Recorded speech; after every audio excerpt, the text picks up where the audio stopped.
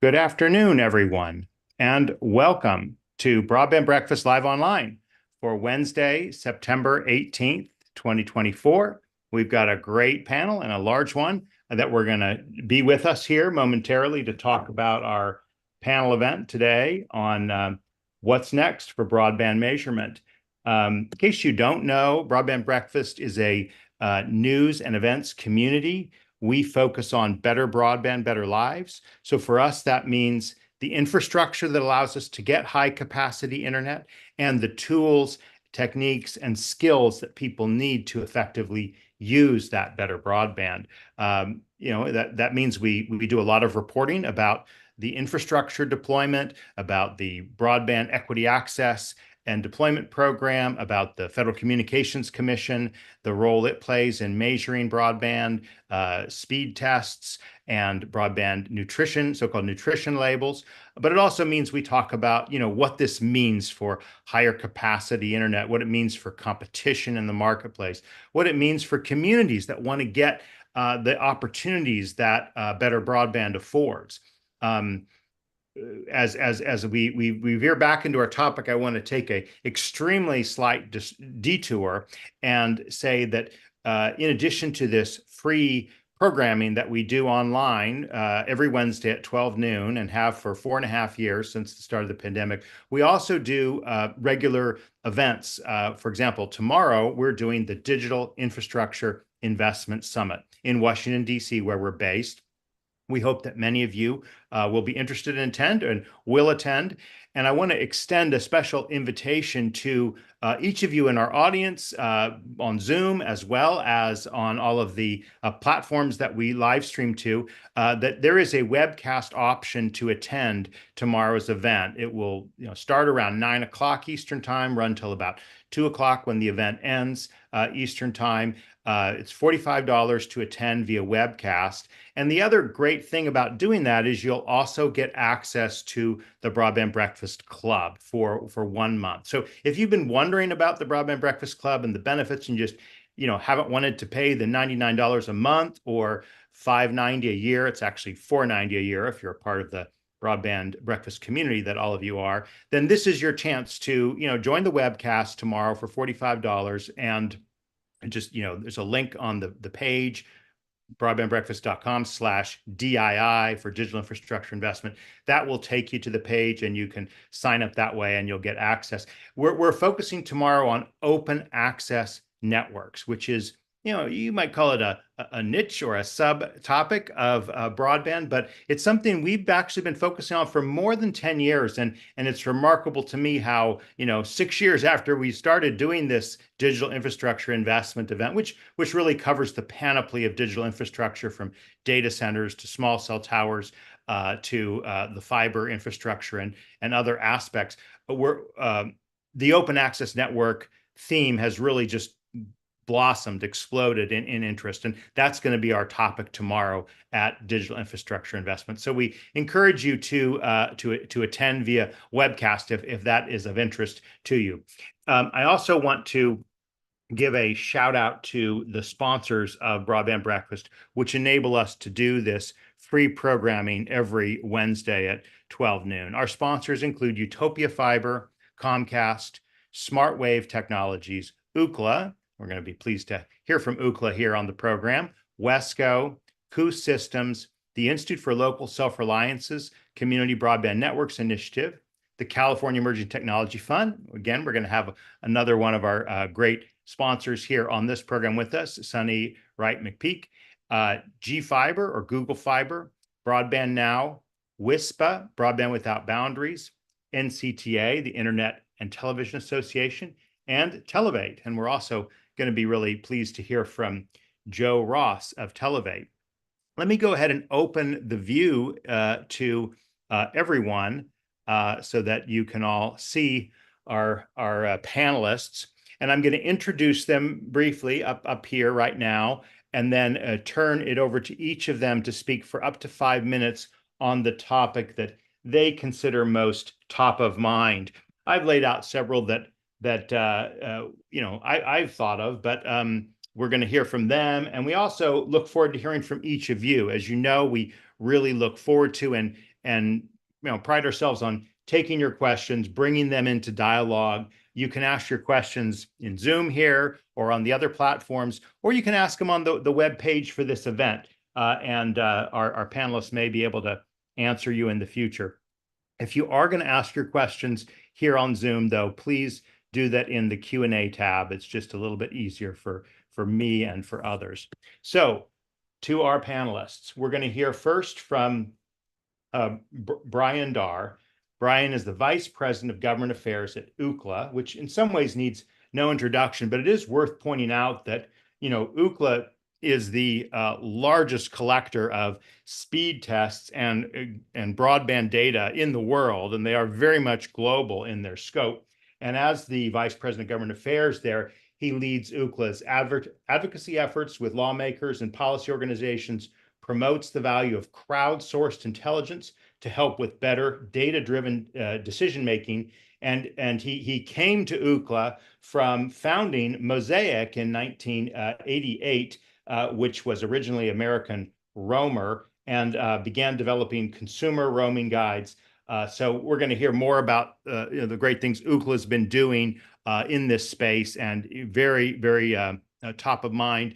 You can see a presentation that Brian made at the Broadband Measurement Summit as well, or that Ookla made at the Broadband Measurement Summit in the page for this event. So welcome, Brian. We'll turn to you in just a moment. Let me go ahead and introduce our next panelist, which is Joe Ross, senior partner and co-founder of Televate LLC.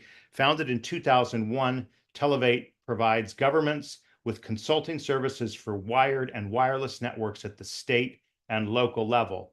And his advocacy for wireless broadband spectrum in the wake of 9/11 ultimately led to the formation of FirstNet, the nationwide public safety broadband organization. So look forward to hearing your thoughts, Joe, on the issues now and at this moment in time on broadband measurement.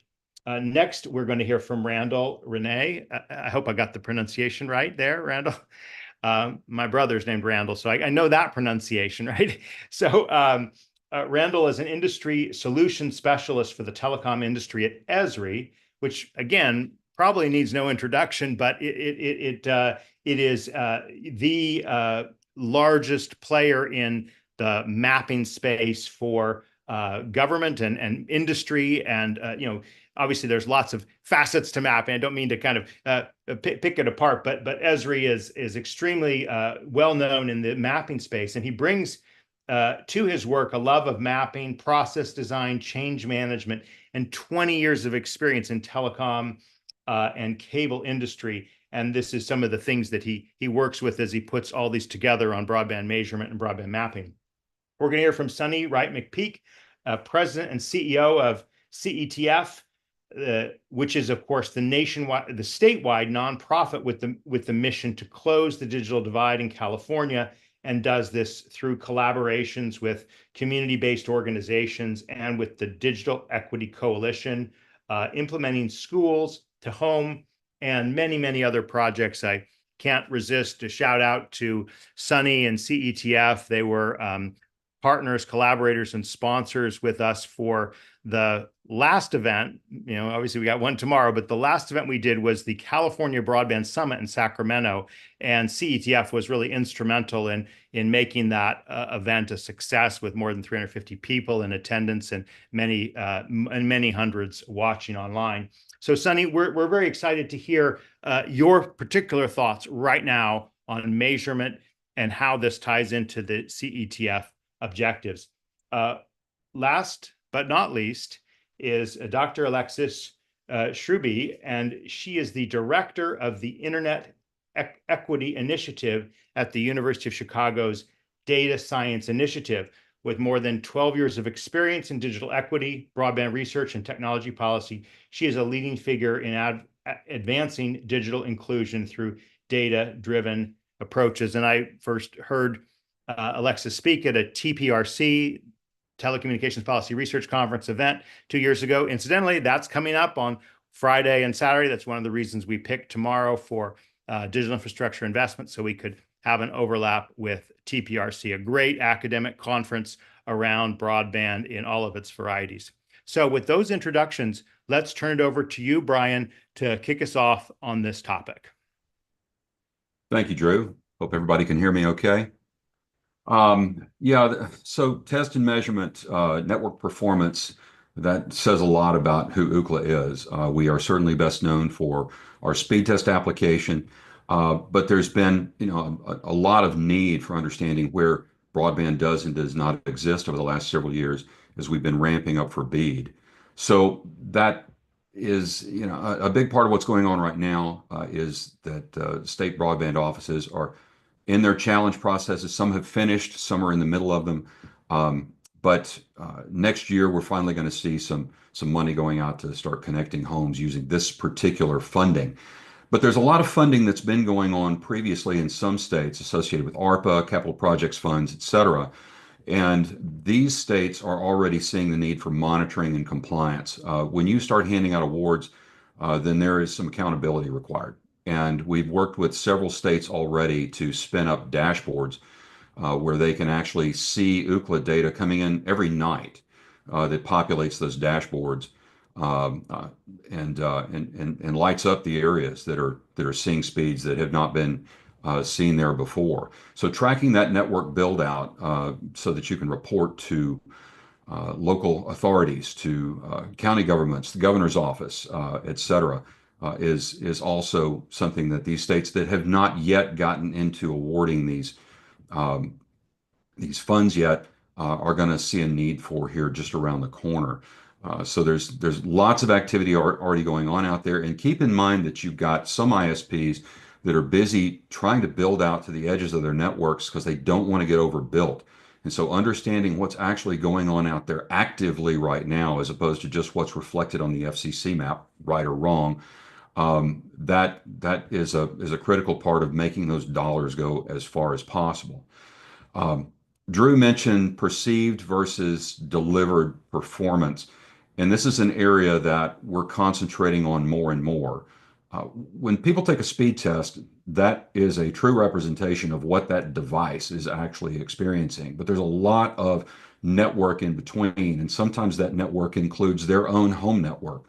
If they have older equipment, older Wi-Fi routers, this is going to have an impact on what they see. And as these new fiber connections are rolling out, as cable companies are increasing the speeds to compete with these services, a lot of customers are getting a faster package, sometimes paying for a faster package, and aren't actually experiencing those speeds. Managed Wi-Fi is becoming a bigger and bigger emphasis for the operators that are rolling these services out because one of the disconnects that they've got with customer experience is impacted by what people perceive as their speed versus what they are paying for.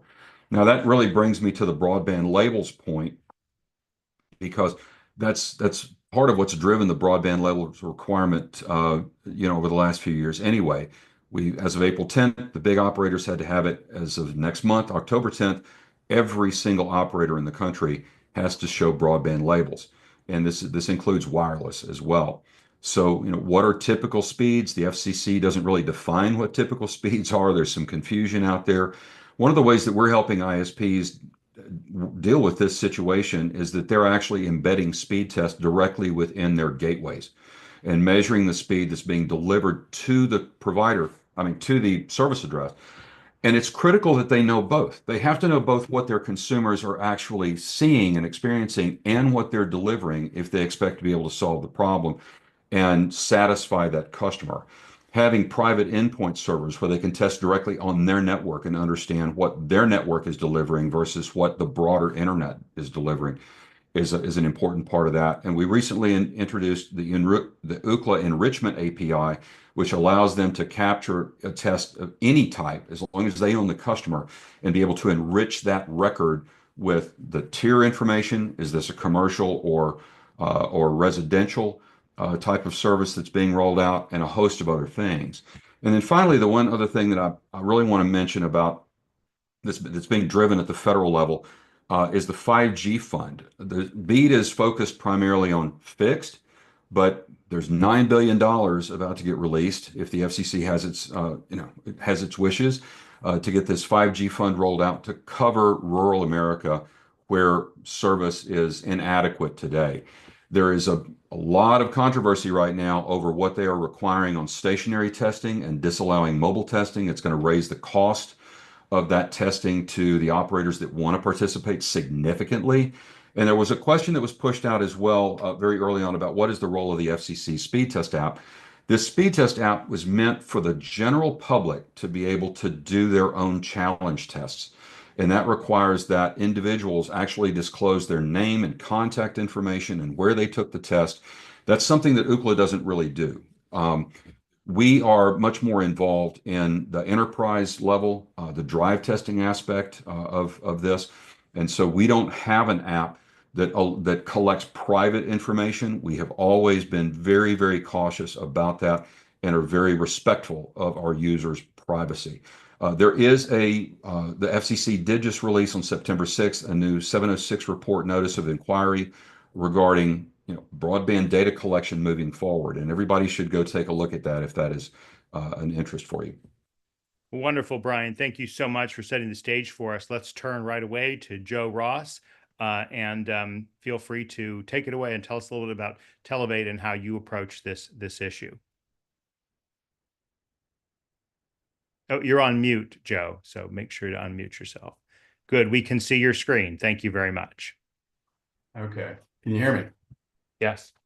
All right. Thanks so much, Drew. One of the things that we've done in much of our work is not only focus on whether or not the public has service and what level of service, but the extent to which there's competition in a market. And competition is good for the consumer because what we found is the prices are generally lower, the cost to the consumer is lower, and the customer satisfaction is a lot higher.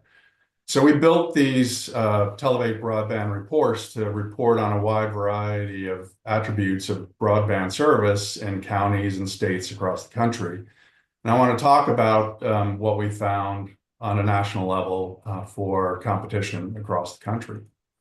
So over time, the competition levels have improved, but if you look at the definition of broadband of 100 megabits down and 20 megabits up, only about 60% of all locations nationwide have competition.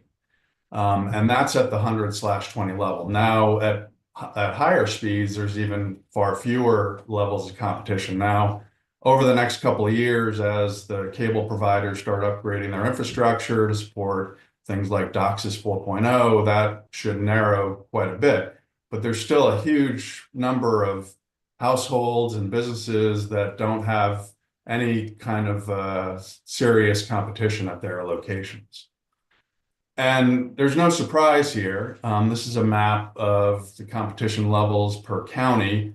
The vast majority of rural counties have very little very little competition, while the urban areas and the suburban areas have high levels of competition. And when you look at it from a percentage of counties perspective, below that national average of 60%, 75% of all counties have less than 60% competition level. And you can see that the plurality of counties, 1,000 of the 3,000 plus counties, have less than 20% of their locations have competition.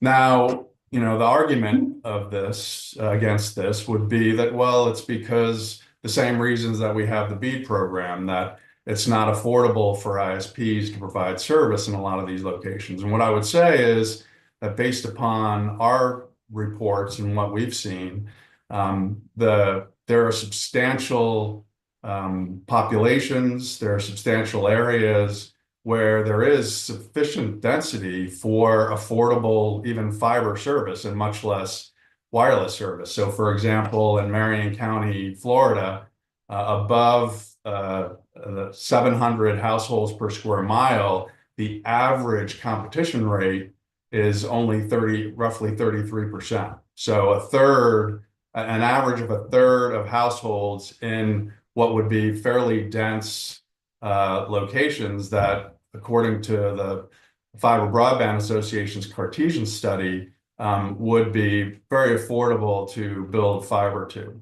And so then there's even, lower levels of household densities that it would be affordable for the for wireless providers to provide service. And so what we'd like to do is kind of highlight some of these areas and present these opportunities to ISPs in order to, have them solve some of these competition issues on their own and benefit from, a report such as ours. That's it, Drew. That's it. Okay. Well, thank you so much for being so within the time there. Let's keep going because we got a lot of people to hear from. So Randall, the floor is yours. Hey, good day, everybody. Appreciate your time. Drew, thanks for having us. When I thought about what to present today, I thought about what our founder, Jack Dangermond, often says in a lot of our conferences, and that's the single greatest challenge that our society has today is a lack of understanding before we take action. And when we think about broadband, delivery, I think about something I learned when I was in the industry and I heard when I was at Comcast, and that's, look, we're in the business of connecting people to what's important in their lives, right? And that could be a wide variety of things. And I think now more than ever, this ability and the opportunity we have as caretakers and stewards in the industry to provide software or services to people is to help them understand the opportunity and then give them the tools and resources they need to connect people to what's important in their lives as efficiently as possible. In my role as Industry Solutions Director here at Esri, I specialize in how to really take the products and services and our partners and understand the industry needs. Sorry to interrupt here, Joe. Yeah. Joe, just make sure to unshare your screen, okay? I think that's still showing up on. Oh, thanks.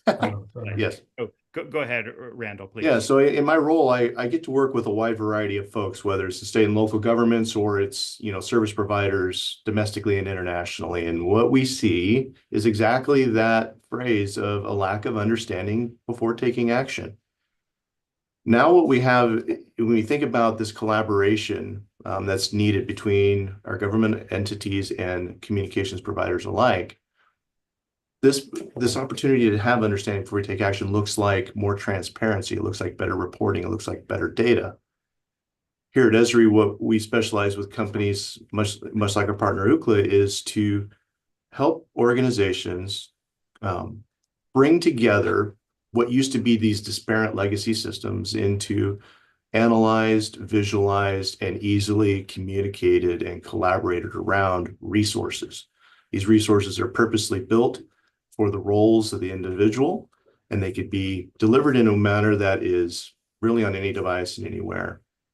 Why is this important? Well, this might be a massive amount of money and opportunity we have to connect communities, but we have to be good stewards of this information, right? We have to be able to say, where should we build? Where shouldn't we build? What's the technology limitation for that return on investment before we go from a wired to a wireless to then a satellite? So that again, we are, as an industry, we're able to connect and provide opportunity to as many people as possible so that they can get that hand up, the thing that they need to be successful in their lives.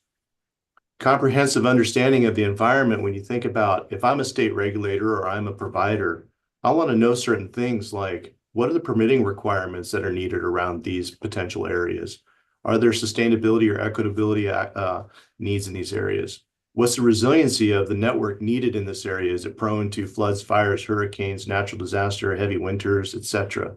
These are all data points that should be considered and are being considered by our customers to say, what's it going to take to build the network, to stretch this capital, this finite capital, as far as we possibly can? And then the best part is, what's it going to take to operate it long term? To be able to measure then, as an organization, those drive times, the fuel expenses, the carbon footprint that comes with it, the sum of the task at hand is critical. The last thing I think anybody wants is a company bidding on something, taking something on, and then ending up in, say, a corporate welfare state. They've taken on a task and they can't possibly fulfill long term, and now they're going back and that's not good for the community, is not good for our society in general. So we leverage GIS and we talk about to the industry how to gain understanding before somebody takes action by taking these data sets that they have in their operations and business support systems, tying it to GIS, and then purpose building it to what folks are looking for. Great example of that is the speed test data.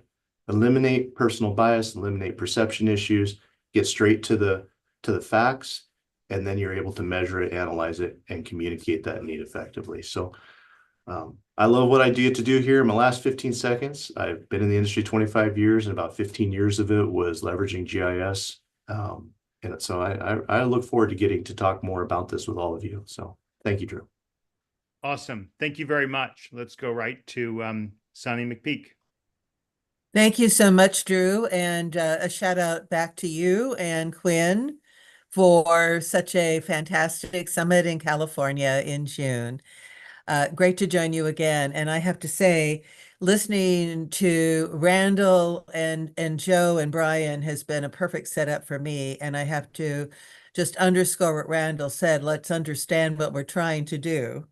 And with all of the work of the California Emerging Technology Fund over 16 years since we were directed to be established by the California Public Utilities Commission, we've always been data-driven.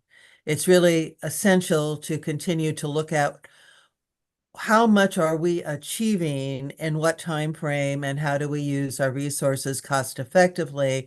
But that presupposes we understand at the beginning what we're trying to achieve.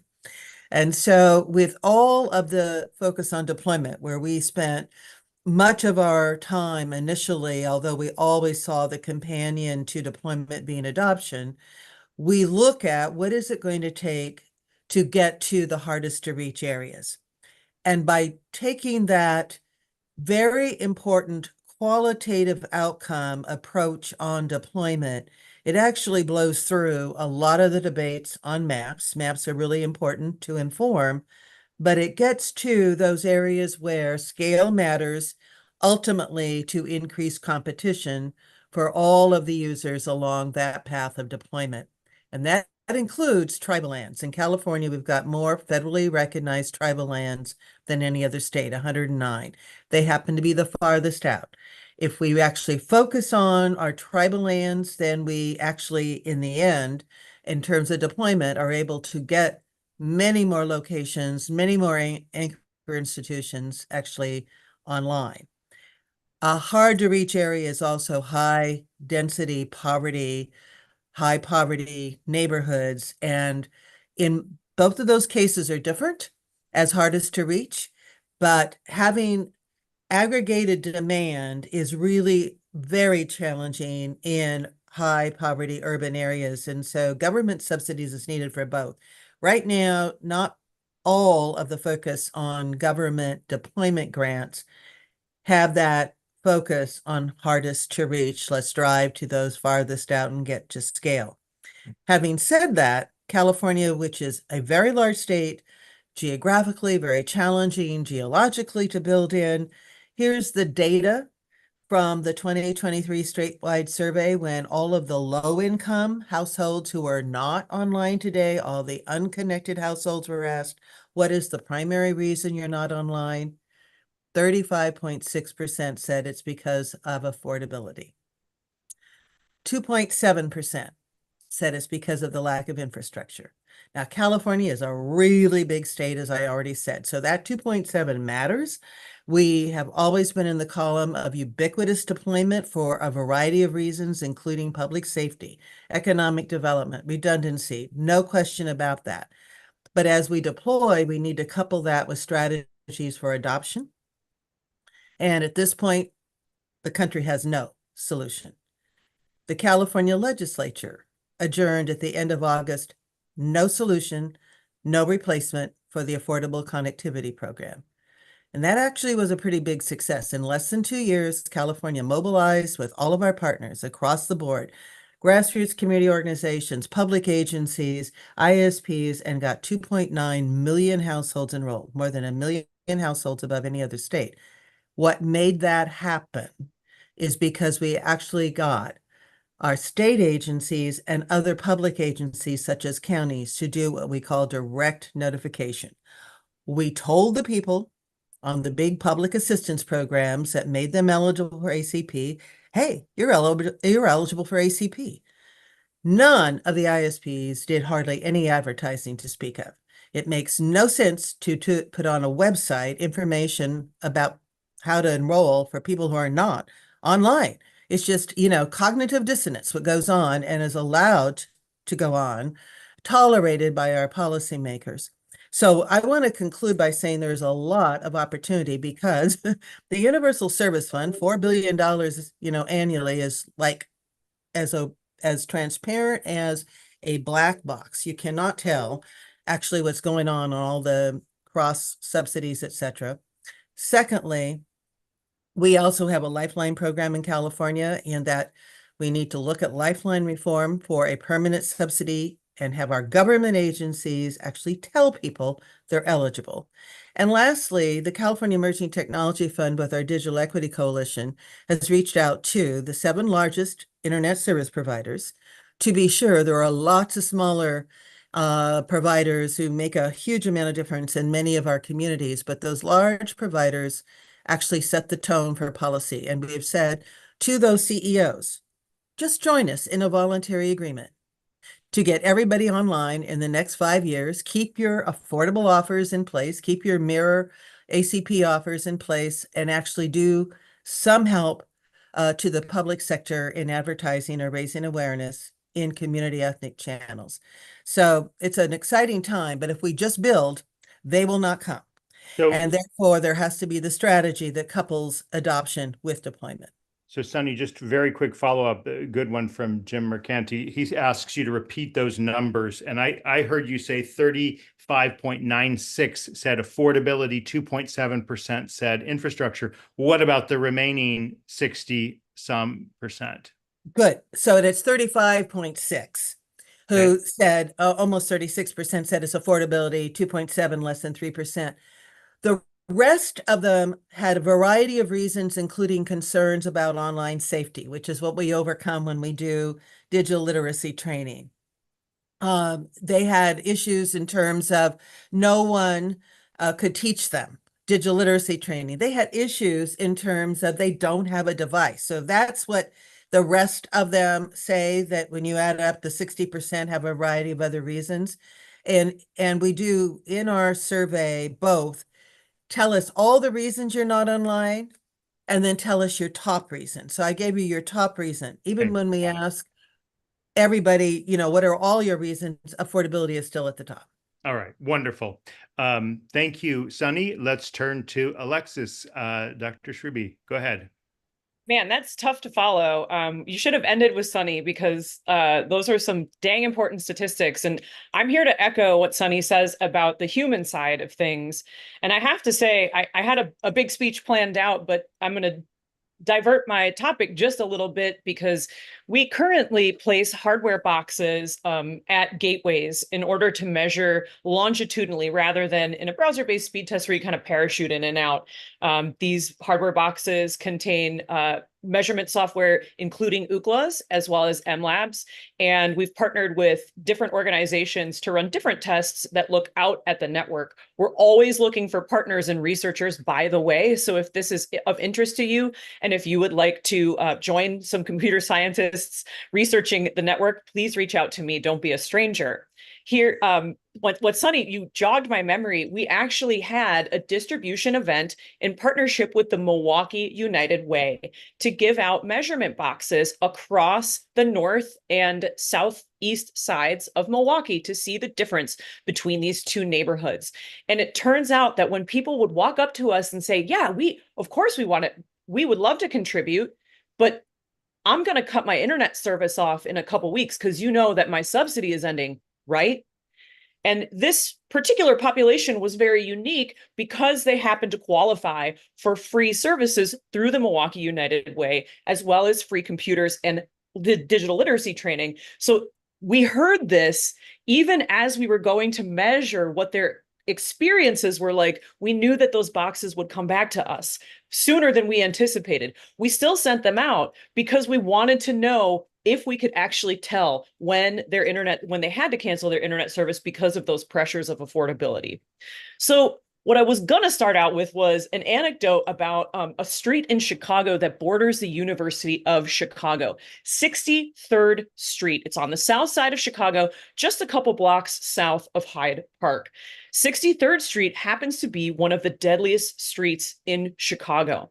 When I share this with people, they nod their head and go, oh, gun violence and interpersonal violence, right? Wrong.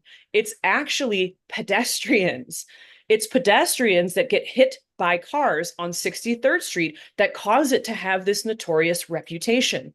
Long, long ago, the train was built to bring people down to the World's Fair over on our side of town on the University of Chicago campus. The World's Fair happened before the diffusion of the automobile. So when you turn down 63rd Street and you drive east toward what will become the new Obama Presidential Library, you drive right underneath the tracks of the elevated train. And in the morning, the sun rises in the east, and in the evening, the sun sets in the west. And when you're driving west underneath those L tracks and you are, you're trying as hard as you can to keep, yourself just even on the road, it's really hard to see human beings. So I bring this up because legacy network systems also cause other confounding variables. And confounding variables cause us to overlook dangerous trends and make assumptions about infrastructure and the world that we live in. For example, if a latency test happens in the forest, does it matter? If a latency test happens in the lab with my PIs, Professor Feemster and Professor Marwell, does it matter? I think that a lot of you have probably heard of the plight of Beaver Island. They have been coming to meetings like this and making contact with different stakeholders in an attempt to quantify scientifically their experience due to the fact that ECAM, EACAM, and RDOF thresholds are much lower than they have a desire to have their subsidy held at. And so we know Beaver Island knows that their service, which happens to be a legacy, oh my gosh, I'm 404ing on this. I can find the term for it is a telephone line, AT&T in the wall. It is not twisted pair copper. ESL, thank you. Oh my gosh, 404ing on. I'm seeing the Beaver Island guys in my head going, Alexis, get the story straight.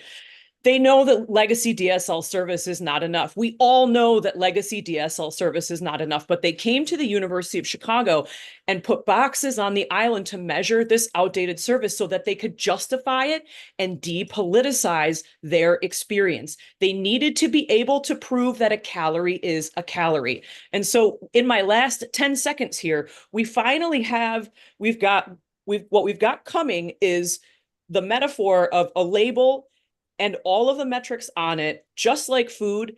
We assume that the labels will be true, but all of the people on this call can help you and your organization figure out whether or not a calorie is actually a calorie as your constituents, as your residents, as you consume it. So that's my purpose here. Let's not take latency measurements in the woods. Let's make sure that we're talking about this in the context of the built environment. And let's make sure we're not overlooking confounding things in order to depoliticize these conversations and use the metrics as we intend. Well, thank you. Let's dive right into this question of crowdsourcing, if you will. So, Brian, what is the role that crowdsourcing has played thus far in the BEAD process, the challenge process? Give a quick snapshot of how you would grade crowdsourcing's performance in this first test in the BEAD system. Sure. It's 100 down and 20 up, not to mention 25 down and 3 up. These are very low bars, relatively speaking, right? And so all of the equipment out there virtually all the equipment that people have in use in their homes right now, Wi-Fi routers, et cetera, are going to be able to meet that criteria.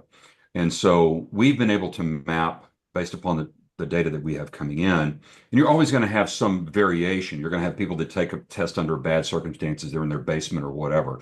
But if you look at the highest tests that are coming back from an area and you have a significant sample, you can see pretty clearly on a map where broadband does and does not exist. No one single test is ever indicative of a network, but if you've got enough of them, and if you're looking at the highest test, you can determine that. Our concern is that moving forward, that as these faster speeds come out, what people are experiencing, as important as that is, does not necessarily reflect what's being delivered. And there's a question that came up here in our Q&A about testing to IXPs, on backbones. The FCC does require this for things like CAF. And our services are used for this as well, where the tests are directed just only to specific geographic locations to ensure that the middle mile and the backbone is taken into account in the overall testing environment.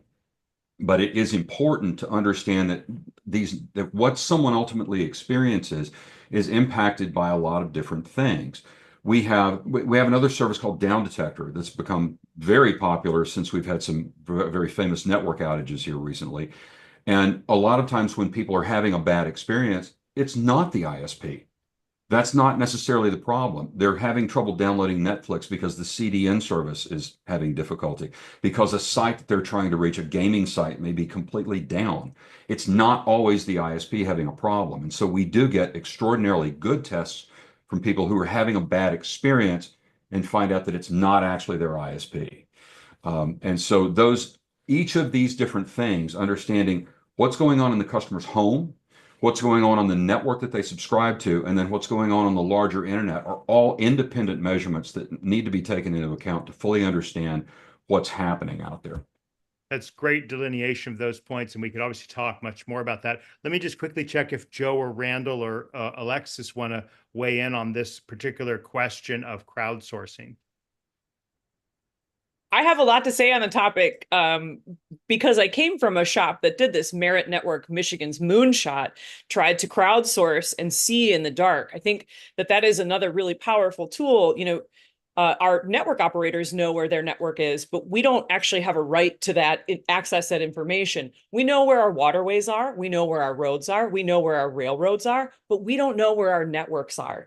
And so the more that we socialize, and, I have a fantasy of some type of ad campaign that's like, you set your clocks back, you take a speed test, you set your clocks forward, you take a speed test. We get into this rhythm of inputting this information and volunteering this information so that we are empowered to see where our networks are. We are very successful at doing this. We got at least a 5% return from every census block, and partnered with an ISP to layer their network over our crowdsourced speed tests, and it was spot on. We could see in the dark. It absolutely is possible.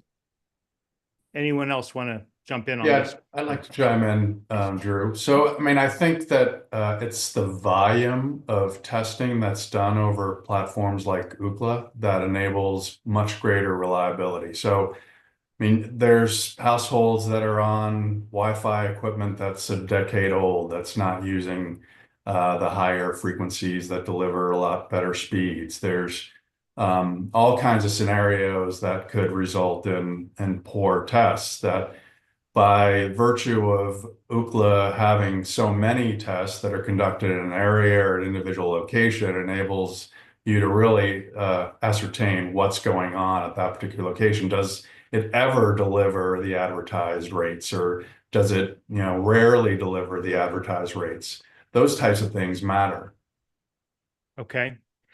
I'd say lastly, I think back to my career, I was a planning and design manager before joining Esri, and the kind of information that you wanted was that hardcore, you want to know the decision you're making is going to be effective, right? And so you want to eliminate those personal bias or the perception that something's a problem. So when you can crowdsource and you can measure against, many of the devices have a speed test within, as Brian said, within that gateway in the house, but then also what's the performance of the device in the home?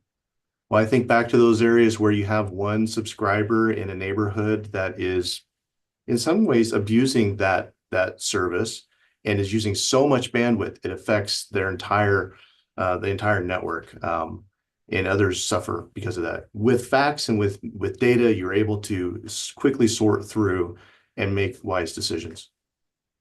Let's go to Sunny. I think she wants to answer a question that has come up. Make sure to read it here in the so everyone, because a lot of people are not on Zoom, can't see those questions. So Sunny, go ahead and read the question and answer it if you would. Oh, are we talking about the question from Chris Verdugo?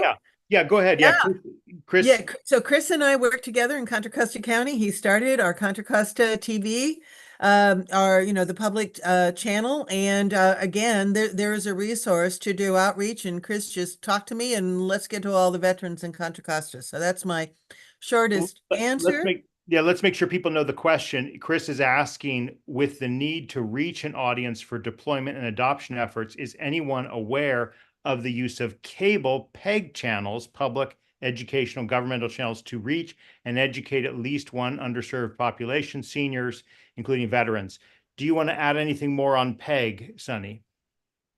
No, just that in California, there is a statewide franchise for cable companies that is administered by the Public Utilities Commission.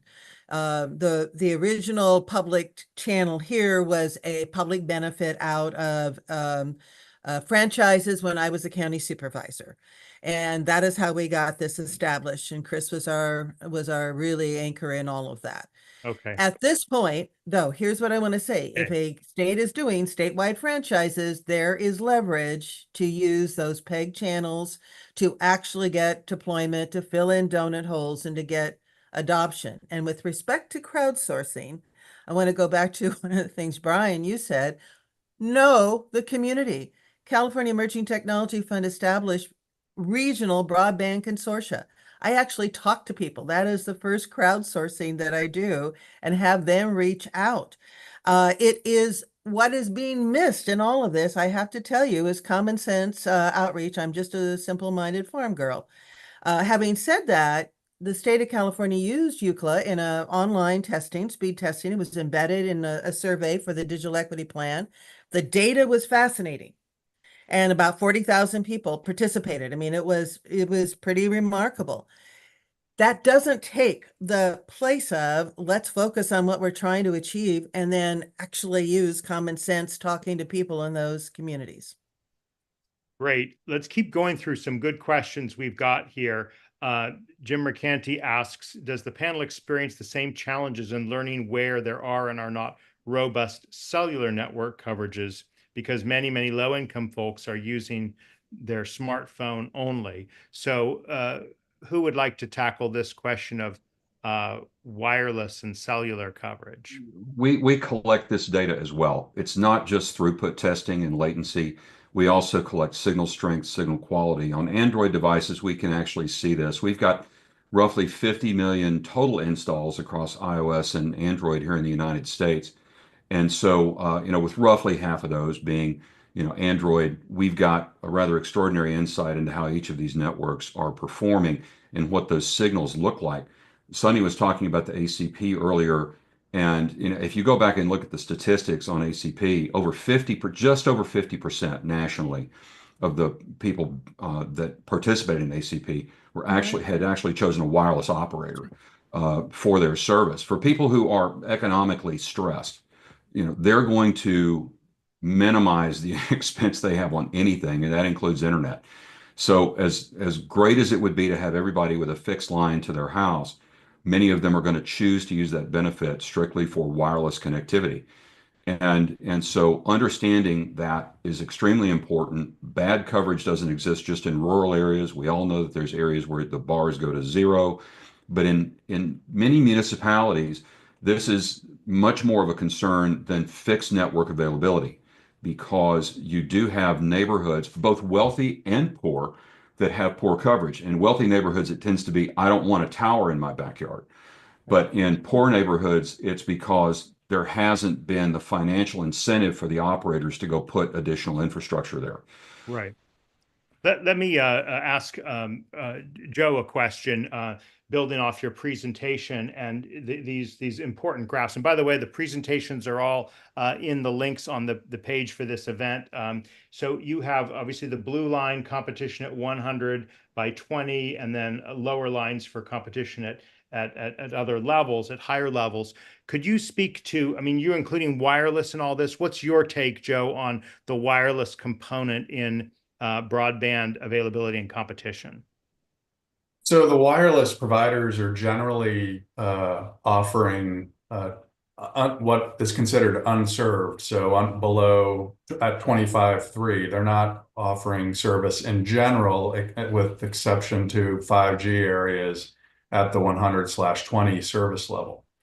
And so the wireless providers are actually contributing heavily to competition. So about roughly 55% of all locations nationwide have cable and fiber competition. So the additional 5% is coming from wireless providers that are offering the 100/20 service using higher frequencies that have shorter ranges. And it is a problem in rural areas where they're not, they don't need the capacity to offer 5G service in those larger 5G channels to offer the 100/20 service. And so that's contributing to this as well. So if the wireless carriers have, expand their footprint for this mid-band spectrum that can offer much higher speeds, that would certainly improve the percentage of locations that would have competition at the 100/20 level. I want to make sure we get in the broadband labels question. I wanted to ask if anyone on the panel has questions, or I should say has reactions to the question of how the labels have informed this space in the last nearly 6 months since they were first required of large providers on April 10th, and what are we expecting on October 10th, when that requirement comes in for all ISPs? Who wants to tackle that question? I can start out with a controversial answer that might spark discussion among everybody, but so far with a big meh. With a big meh. I mean, really, we're all talking about things outside of broadband labels right now simply because the policy environment is causing a lot of us in the space to focus on taking advantage of the funding coming down at us. And so these rising tides of both are, I think, unfortunately caught in a little bit of a wave. We have plans to examine them and to, start a new project comparing whether or not broadband labels are accurately reflecting. But this is coming probably 6 months down the pike for us, simply because we're overcycled with all of the other things going on. So my answer, big meh, and I'll open it up to everybody else to prove me wrong. I can, oh, go ahead, Brian. No, go ahead. Let's say, just real quick, I love what you said, Dr. Strubia. It's, one of the resources I provided Drew was how to create those labels out of ArcGIS. One of our solution engineers put something together for folks. And we have thousands and thousands of folks within the US and also internationally that can do similarly. Very few folks have asked. And I think a lot of it has to do with that reinforcement of the need and the requirement. And then ultimately, who's the team member that's being asked for it, and do they know that there's a solution, and what is it that they have to do? So there's some education. I still think we have requirements. They've been looking for a solution, and then that internal education is how to create it. Go ahead, Brian. Thanks. We've had a number of conversations, as you might imagine, with ISPs who are wrestling with this and trying to figure out what to do. Some of them have developed a methodology to actually use speed tests to define that. Others are just really asking their engineers, what's our theoretical number? And they put it on there. Others are still really trying to figure out what they want to do long term. I don't think the FCC is going to have, a high level of interest in trying to enforce this right now outside of just extraordinary circumstances, as they're letting this burn in, letting people figure out what to do. And they themselves have not defined what typical speeds are. But we do plan next year to provide the capabilities to offer third-party validation of what those speeds are.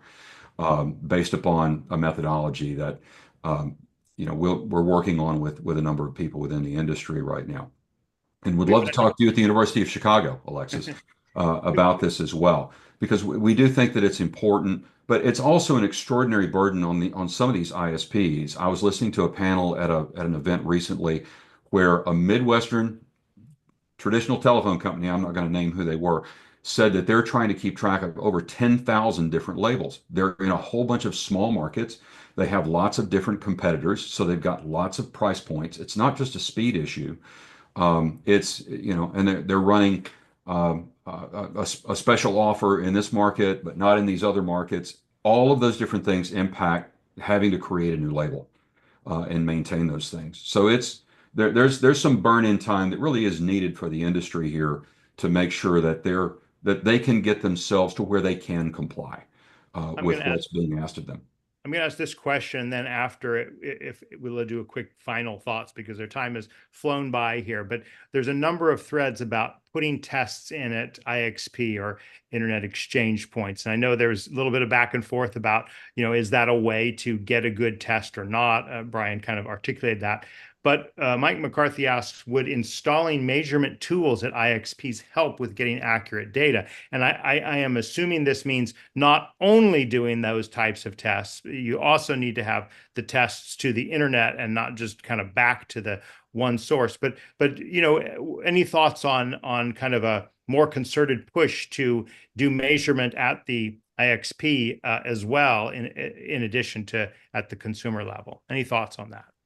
We do have partners out there, such as Calix, to give you an example, that has devices out in the field that are measuring, to these specific points on the internet required by the FCC for things like CAF reporting. I would imagine that we will see something very similar with BEAD as that gets rolled out, even though it has not been defined at this point what those testing requirements will be. I find it hard to imagine it would be significantly different from what's being required for CAF. If I could. Please go ahead, Joe. Drew, it's great to have this information. I mean, one of the things that I think a lot of households lack is information about how much they really need. So the ISPs are selling these gigabit plans, and offering deals to upgrade to gigabit. And I don't know many households that really need a gigabit. So it would be really helpful for some of these appliances to start sharing information about how much do you really use on average? How much do you use typically? How much do you use at the 90th percentile? And do you really need 500 megabits? Do you really need a gigabit? And to have better insights on what their real consumption is. Let's go ahead and give everyone a chance to offer any final thoughts. Maybe you can approach it from what are the top, one or two challenges that each of you would list on this question of data measurement. Many things we were not able to cover in this hour. We obviously drilled into some, but not others. Let's just go in the same order we started in. So Brian, Joe, Randall, Sonny, and Alexis. Thank you, Drew. I've talked enough on this. I don't want to take too much time. I do want to stress that the way that we use broadband, the way that we use connectivity isn't limited to just fixed service. And there's been so much focus on that. As important as that is, and you cannot have wireless without wires, as they say, when people expect services to work when they walk out of their home as well. And so we need to be paying this additional attention to connectivity from a mobile standpoint, as well as making sure that homes are served, or at least have the opportunity to be served if the residents decide to use those services. Thank you. Thanks for being with us, Brian. Joe. I would say mine is choice, right? So how can local state governments help identify opportunities for ISPs to offer more service, to give consumers more choice, lower their costs, deliver better quality of service. And thank you for being with us, Joe, and sharing your thoughts, Televate's thoughts. Randall. Yeah, when we think about data growth and management, in this problem of delivering broadband, equitably to everybody that needs it. Look, there's a lot of folks craving leveraging AI. And so if you AI assistants and AI tools, the single greatest thing anybody could be working on right now in your organization is focusing on your data management, cleaning it up, knowing that what those tools are referencing is important. So if you're not taking the time to clean up those metrics, those data points, tying information together so that an AI tool can use it, I strongly recommend you do, because the companies that do that will outpace and be able to do effectively what others are not. Great. Thank you, Randall. Sunny. Adding to all of the experts' recommendations, focus on measurement in the hardest to reach areas. And then just looking at what Leighton Olson said about higher education, campuses often don't have very good service. So add the students to all of that mix. And by the way, cellular service is not everywhere, and it's exactly where you need the middle mile backhaul. And for God's sakes, let's get more wireless for last mile service. Well, thank you. A reminder how important the middle mile discussion is. That will be one of our panels at Digital Infrastructure Investment tomorrow. Well, let's lead into our final thoughts. Alexis. My last final thought is, if anybody is interested in doing this and using performance metrics in understanding, the built environment around you, spend time educating people on why it's valuable and how they can use this information in their own lives. A speed test takes a couple seconds. Sharing that information takes a couple seconds, but being able to use that for them to maybe go back to Comcast and say, hey, I'm getting ripped off, or to leverage that for grants, that's significantly more important and takes a lot more time. So spend your time doing that. Well, wonderful. We are so glad to each of you for being a part of this discussion. A reminder that we will be live in Washington at Clyde's Gallery Place tomorrow at 8:30. If you're not in Washington, we hope you'll sign up and try the Broadband Breakfast Club. And by the way, Broadband Breakfast Club members do have access to all the videos, so you will have access to those videos very soon after the event.